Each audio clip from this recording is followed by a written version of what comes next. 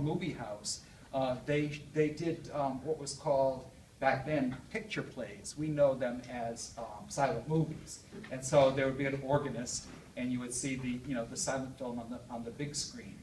Now, what Steve and Jean also told me is that the Guard, which now has been beautifully refurbished in the old Moroccan style, it looks like one of those movie palaces that of yesteryear. But they also they told me that there had been ghost sightings, that 3 or 4 people had seen ghosts of movie people and people from the from the 1800s that haunted the theater in a benign way. They weren't scary ghosts. Anyway, so I was sort of fascinated with that. Now, so when I began to research the Guard Theater, and I knew from this discussion I had had with Ken Simon that he wanted me to consider doing some original, an original story for Metabook. I put the Guard Theater and the ghosts and everything. That started my wheels going. Now, I had also just come from doing a documentary. I was a guest in a documentary movie about an old advertising promotion from the 40s, 50s, and early 60s. Something that was made a huge success of a Brooklyn-based beer called Rheingold. Anybody remember Rheingold beer? Yeah, you remember the jingle there? My beer is Rheingold, the dry beer. Think of Rheingold whenever you buy beer. Bitter, not sweet, extra dry treat. Why not try extra dry Rheingold beer?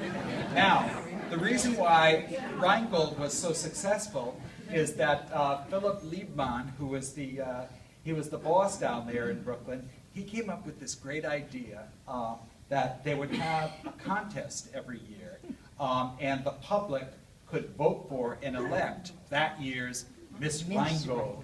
And so what happened was that these models from New York and California, and I guess elsewhere, would descend on the Waldorf Hotel in New York, hundreds of them, and they would gradually winnow them down to 6 candidates. And then they photographed them and investigated them to see if they had any skeletons in their closet. One of the main contenders had to be given the boot. She was not selected for one of the 6 because it was found out from one of the private investigators that she was rooming in Greenwich Village with a lesbian poet.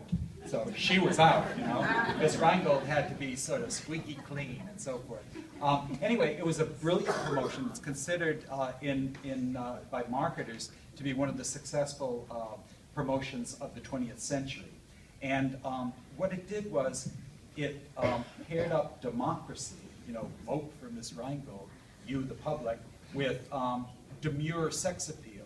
They had done some market research and found out that the woman of the house was more likely to buy the beer that was in the fridge.